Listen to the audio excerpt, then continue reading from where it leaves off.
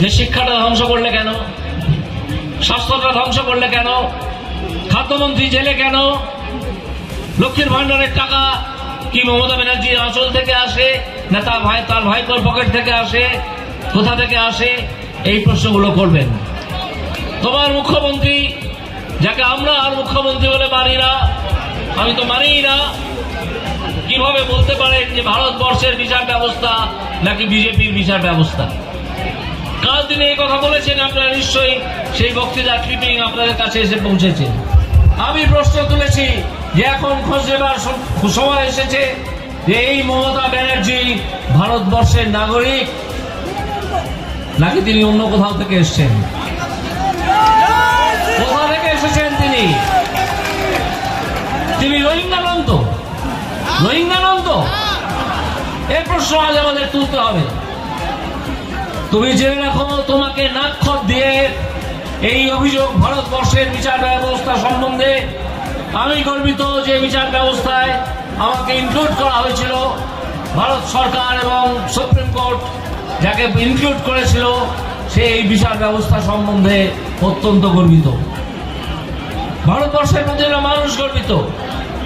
অনেক ধরনের রায় অনেক সরকারের বিরুদ্ধে, অনেক রাজনৈতিক দলের বিরুদ্ধে যায়। তার জন্য ভারতবর্ষের বিচার ব্যবস্থাকে বলা হয়, কেউ বলেছে কোনোদিন যে এই বিচার ব্যবস্থা হচ্ছে বিজেপির বিচার ব্যবস্থা? যদি বিজেপির বিচার ব্যবস্থাই হবে তাহলে ইলেকশন বন্ড কিভাবে সুপ্রিম কোর্ট সেটিসাইড করলো? নির্লজ্জ মিথ্যাচারী মুখ্যমন্ত্রী এই মমতা বন্দ্যোপাধ্যায়। তিনি মনে রাখবেন, আর বাংলার মুখ্যমন্ত্রী থাকার যোগ্যতা তার নেই। তাকে আমি ব্যক্তিগতভাবে আর মুখ্যমন্ত্রী বলে সম্বোধন করি না, আমি তাকে মমতা ব্যানার্জি বলি। এবং আমি আপনাদের কাছে আবেদন জানাবো যে এই মমতা ব্যানার্জিকে আর মুখ্যমন্ত্রী হিসেবে সম্বোধন করবেন না, তাকে মমতা ব্যানার্জি বলবেন।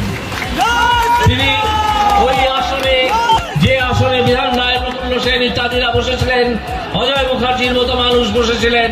এই অজয় মুখার্জি এই তমলুকের মানুষ বসেছিলেন, প্রফুল্ল সেন আরামবাগের মানুষ, বিধান রায় কলকাতারই মানুষ। এরা যারা বসেছিলেন সেই আসনে বসার যোগ্যতা তুমি জোচ্চোর একটা দলের প্রধান, তোমার সেই ক্ষমতা নেই।